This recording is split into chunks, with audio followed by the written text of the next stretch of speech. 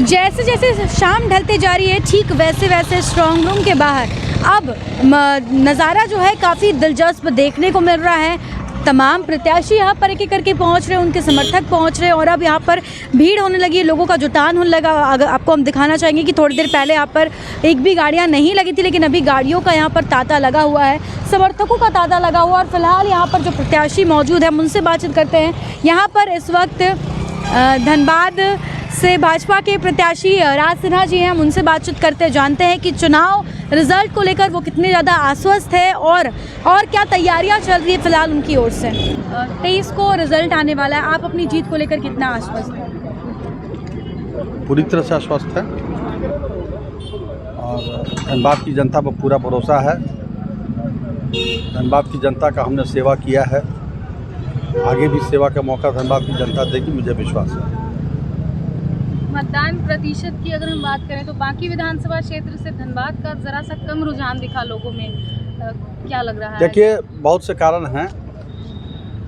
धनबाद एक तो शादी ब्याह का भी माहौल है, बहुत लोग बाहर चले गए हैं, बहुत से मतदाता का नाम डिलीट कर दिया गया है। पर्ची काफ़ी लोगों को नहीं मिली थी, इस वजह से भी लोग नहीं पर्ची लेके जाने वाले को भी तो डिलीटेड दिखाया गया वहाँ पे। जी वहाँ क्या वजह मानते हैं कि इस तरह से क्यों इस बार? ये लापरवाही है प्रशासन का,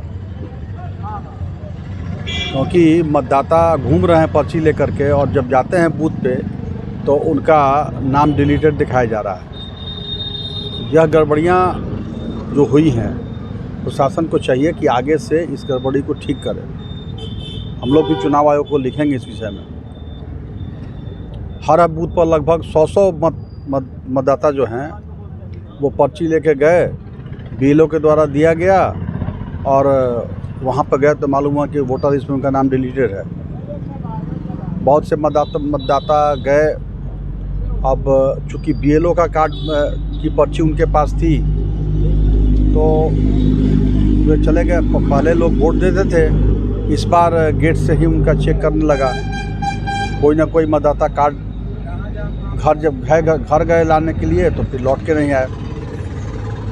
कितना असर इसका देखने को मिलेगा इस बार चुनाव रिजल्ट में? नहीं, परिणाम तो आएगा, परिणाम तो पक्ष में ही आएगा। परिणाम जो होना है वो जनता ने जो तय किया है वो परिणाम तो आएगा, लेकिन ये कुछ गड़बड़ियाँ हैं जिसके वजह से थोड़ा मतदाताओं में और जागरूकता लाने की आवश्यकता है।